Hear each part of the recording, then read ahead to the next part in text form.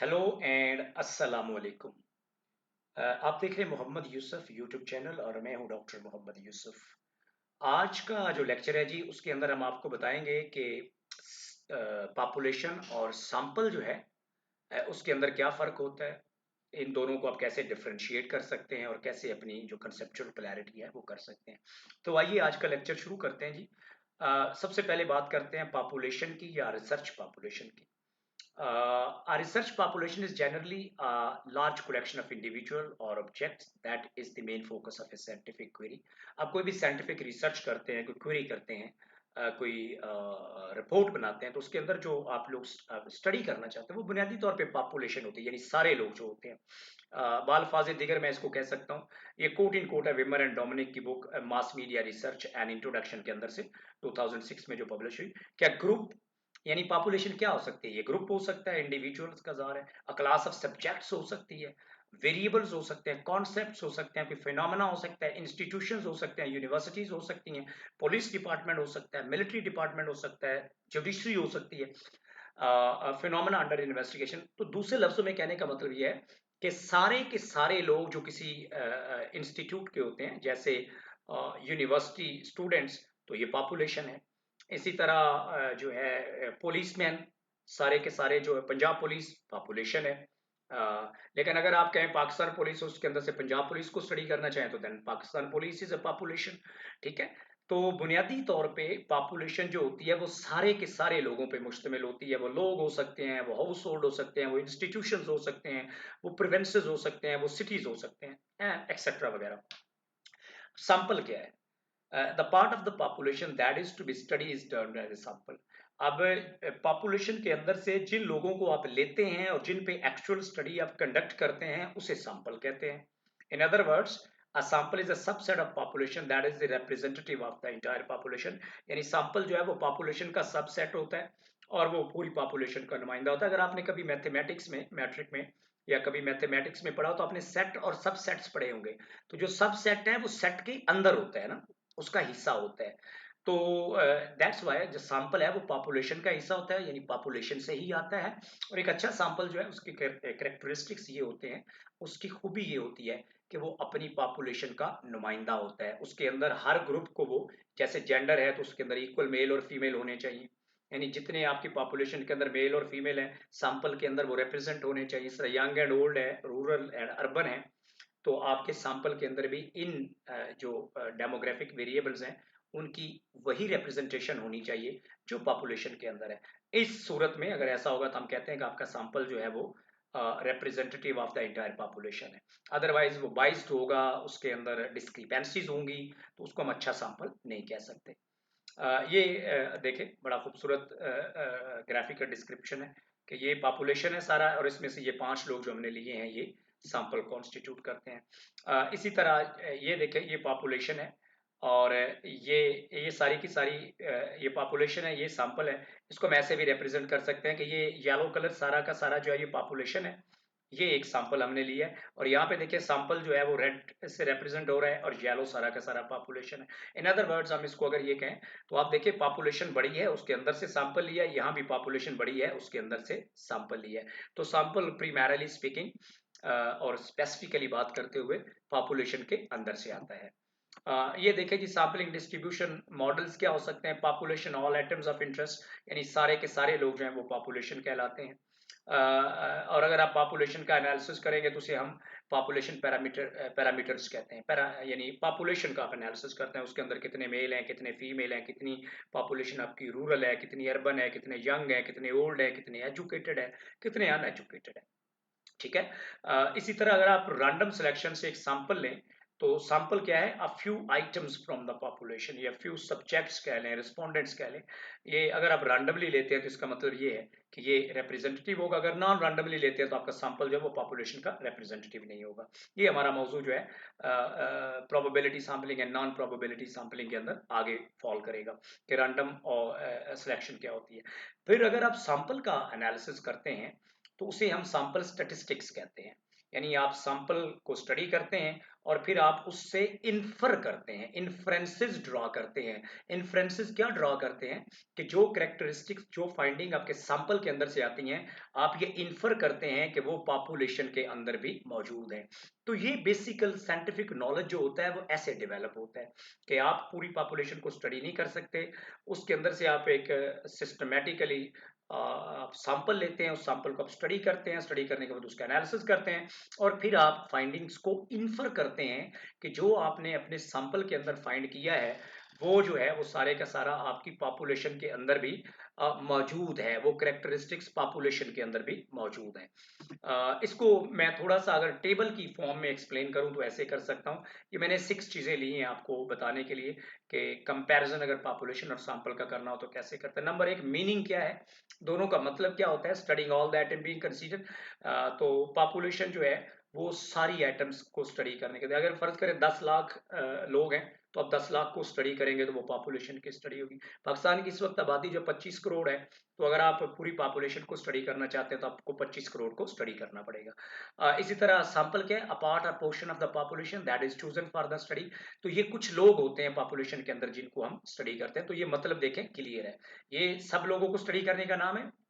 ये पॉपुलेशन के अंदर से चुनिंदा लोगों को जिनका हम इंतखाब करते हैं उनको स्टडी करने का नाम है।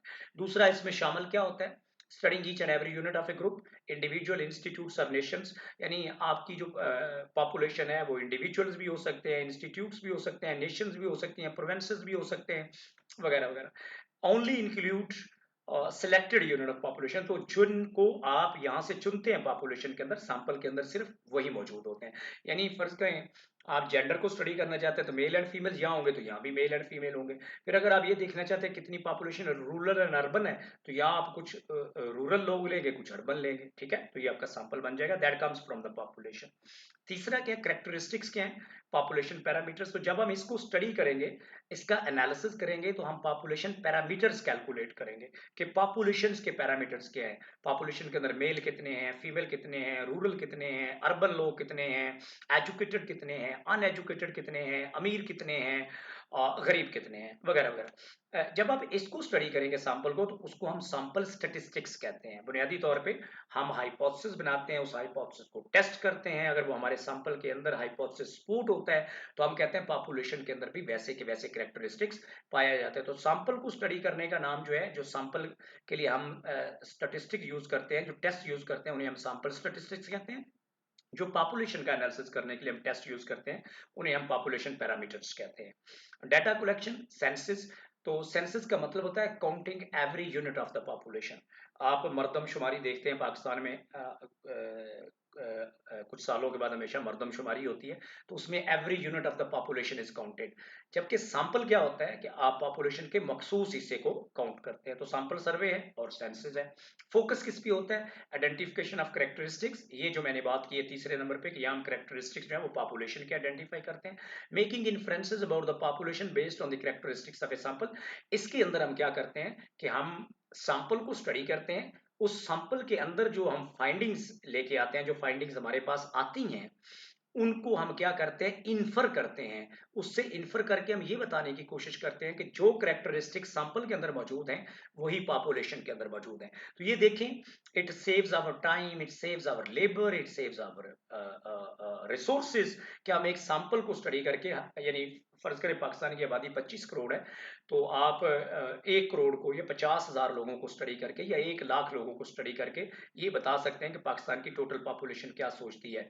मतलब किसको वोट देना चाहती है, किसी ब्रांड के बारे में उनकी राय क्या है, किसी इंस्टीट्यूशन के बारे में उनकी राय क्या है, किसी इंटरनेशनल इशू के बारे में उनकी क्या राय है। तो it's easy to study a sample and then generalise results from sample to population. और आखिरी बात जो है, पॉपुलेशन, जब आप किसी स्टडी के आप पेपर पढ़ते हैं, कोई थीसिस पढ़ते हैं, और अगर वहाँ पे एन जो है, यानी जो साइज है पॉपुलेशन का, उसको एन से यूज किया, कैपिटल एन, तो इसका मतलब है वो पॉपुलेशन साइज को रिप्रेजेंट करता है। यानी जो लोग स्टडी किए अगर उनके लिए कैपिटल एन यूज किया हो तो इसका मतलब होता है पॉपुलेशन साइज। जबकि इसके मुकाबले में सैंपल जब आप लेते हैं तो उसके अंदर आप जो जितने लोग हैं उनकी तादाद को स्मॉल एन से जाहिर करते हैं। Small N stands for sample size. और capital N stands for population size. इसी तरह पॉपुलेशन सारी को अगर आप टोटल इंडिविजुअल जो है उनके स्कोर को जमा करें और टोटल पे डिवाइड करें तो वो पॉपुलेशन मीन आ जाता है ना, पॉपुलेशन की एवरेज आ जाती है। तो उसको म्यू से, इस अलामत से हम इंडिकेट करते हैं। जबकि जो पॉपुलेशन मीन होता है उसको हम एक्स के ऊपर ये बार लगाते हैं, तो उसको एक्स, यानी आप किसी रिसर्च पेपर के अंदर अगर एक्स के ऊपर इस तरह बार लगी हुई देखें, इसको प्राइम भी बाजुगत कहते हैं। अगर इस तरह के सिंबल देखें तो इसका मतलब ये होगा कि वो सैंपल मीन की बात कर रहा है कि सैंपल के अंदर जितने लोग थे उनकी एज को जमा किया, टोटल पे डिवाइड किया, तो वो सैंपल की मीन एज आ गई। इसी तरह पॉपुलेशन के अंदर जितने लोग हैं उनकी अगर सबकी एज को जमा करें, टोटल पे डिवाइड करें, तो वो पॉपुलेशन मीन आ जाएगा एज का। तो आप देखिए सिंबल डिफरेंट है, यहाँ पे कैपिटल एन है, यहाँ पे स्मॉल एन है, यहाँ पे म्यू है, यू जैसी अलामत है, और यहाँ पे एक्स है। तो यानी जब हम पॉपुलेशन को स्टडी करते हैं तो टोटली डिफरेंट सिंबल्स यूज करते हैं, जब हम सैंपल को स्टडी करते हैं तो टोटली डिफरेंट सिंबल्स यूज करते हैं। ये मैंने दो एग्जांपल आपके सामने रखी हैं ताकि आपकी ज्यादा बेहतर क्लैरिटी हो सके। Example of studying A population and a sample, title of research study. ये मेरे पास एक रिसर्च स्टडी है, तो मैं आपको बताता हूँ कि अगर सैंपल हो हमारे पास तो उसको कैसे स्टडी करते हैं। Investigating the prevalence of stress among high school residents in a specific city, मतलब आप कहें कि गुजरात के अंदर, लाहौर के अंदर, and its impact on academic performance. बुनियादी तौर पे ये जो हमारा टॉपिक है इसके अंदर हम स्टडी ये करना चाहते हैं कि जो हाई स्कूल स्टूडेंट्स हैं उनके अंदर जो स्ट्रेस होती है एग्जाम्स को लेके, वो उनकी एकेडमिक परफॉर्मेंस को कितनी मुतासर करती है। अब पॉपुलेशन क्या है, फर्ज करें गुजरात के अंदर जो है वो 50 स्कूल है डिस्ट्रिक्ट के अंदर, तो सबको स्टडी करना पड़ेगा, पॉपुलेशन का ये मतलब है। इस तरह लाहौर के अंदर फर्ज करें 100 स्कूल है या 200 स्कूल है, तो सबको स्टडी करेंगे हाई स्कूल स्टूडेंट्स को, तो वो पॉपुलेशन की स्टडी आएगी, पॉपुलेशन एनालिसिस होगा। तो all high school students in a particular city means Gujarat और लाहौर और ननकाना साहब और इस्लामाबाद कॉन्स्टिट्यूट ए पॉपुलेशन, वो पॉपुलेशन कहलाते हैं। फर्ज करें लाहौर के अंदर 200 स्कूल है और इस्लामाबाद के अंदर 50 स्कूल है, तो इन सब के स्टूडेंट जो हैं, यानी इस्लामाबाद के 50 जो स्कूल है उनके सारे स्टूडेंट्स पॉपुलेशन कहलाएंगे, लाहौर के जो 200 स्कूल है उनके सारे स्टूडेंट जो है वो पॉपुलेशन कहलाएंगे। तो अगर हम इन सब को स्टडी करें तो बुनियादी तौर पे हम पॉपुलेशन को स्टडी कर रहे हैं, यानी पॉपुलेशन पैरामीटर्स जो है वो स्टडी कर रहे हैं, ठीक है। तो मेरे ख्याल में आपको यानी prevalence of stress among high school students and its effect on academic performance, अगर आप ये स्टडी करना चाहते हैं तो आप सारे लोगों से ये पूछेंगे, तो मेरे ख्याल में ये वाली जो स्टडी होगी ये पॉपुलेशन एनालिसिस में आएगी। अब मैं आपको बताता हूँ कि सैंपल कैसे लेते हैं, सैंपल कैसे स्टडी करते हैं। आप क्या करेंगे, आप जो लाहौर के अंदर 200 स्कूल हैं उनमें से आप रैंडमली 500 हाई स्कूल स्टूडेंट्स, यानी 200 स्कूलों में से आप सब में से थोड़े थोड़े स्टूडेंट लें और टोटल आपका सैंपल जो है वो 500 का हो जाए हाई स्कूल का, ये आप सिलेक्ट करें। तो ये जो 500 हाई स्कूल स्टूडेंट्स हैं ये आपका सैंपल है। अब आपने सारे जो 10 या 20,000 स्टूडेंट बनते थे उनको स्टडी नहीं किया, आपने उनमें से 500 स्टूडेंट ले लिए हैं। सैम्पलिंग फ्रेम क्या है, आप ये तब ले सकते हैं जब आपके पास सारे स्टूडेंट्स की लिस्ट होगी। लाहौर के अंदर मौजूद जो 200 स्कूल है उनके अंदर जितने भी स्टूडेंट स्टडी करते हैं स्कूल वाइज, यानी स्कूल नंबर 1, स्कूल नंबर 2, उन स्टूडेंट्स की जब आपके पास लिस्ट होगी कि कितने कितने स्टूडेंट जो हैं वो किस किस स्कूल में पढ़ते हैं, तो उसे हम सैम्पलिंग फ्रेम कहते हैं। ये comprehensive list of the high schools in a specific city होगी।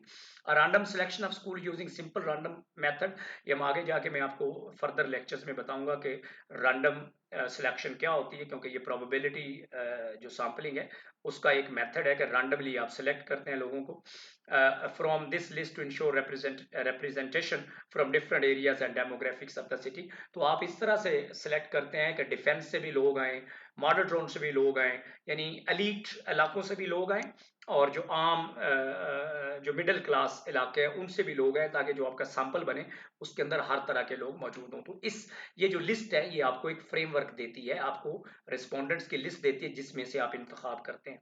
और जब आपने ये 500 का सैंपल सेलेक्ट कर लिया तो उसके बाद आप क्या करते हैं, the sample is representative of the entire population of the high school students in the city. तो अगर आपका सैंपल जो है वो रिप्रेजेंटेटिव है, प्रोबेबिलिटी अगर सैंपलिंग से आया है, तो आप क्या करते हैं, therefore results could be generalised to generalise to the entire high school students in the city. तो इसका मतलब अगर आपका सैंपल रिप्रेजेंटेटिव है, नुमाइंदा है, अच्छा है, रिफाइन है पॉपुलेशन का, तो आप रिजल्ट्स को सिटी के लाहौर यानी 200 स्कूल जो हैं फर्ज करें, आप उन सब पे रिजल्ट्स को अप्लाई कर सकते हैं। That is to say the results are generalisable from the sample to the population. तो दूसरे लफ्जों में हम कह सकते हैं कि आपके जो रिजल्ट्स हैं वो सैंपल से पॉपुलेशन पे जनरलाइजेबल है, एप्लीकेबल है। ठीक है। ये दो टेक्स्ट हैं जो मैंने ये लेक्चर जो है आपके लिए तैयार करने के लिए यूज किया। Social research, it's a good text written by Sarantakos, and mass media research and introduction is also a very good book on mass media research. If you are a media or mass communication or communication sciences student, so this is a good book. And if you are a social sciences student, then social research, I mean, either you come from sociology, economics, gender studies, or any other discipline, political science, international relations, then this is a very good text to have a sound understanding of the research. ये आज का lecture है, उम्मीद है आपको पसंद आएगा। अगर आपकी कोई क्वेरी हो, कुछ सवाल हो, कोई पॉइंट हो, तो आप नीचे कमेंट्स बॉक्स में लिख सकते हैं, मैं उनका जवाब दूंगा। Through that we can have a informed dialogue, and as a result of that kind of informed dialogue, we could form an informed community where we can learn from each other. Keep watching.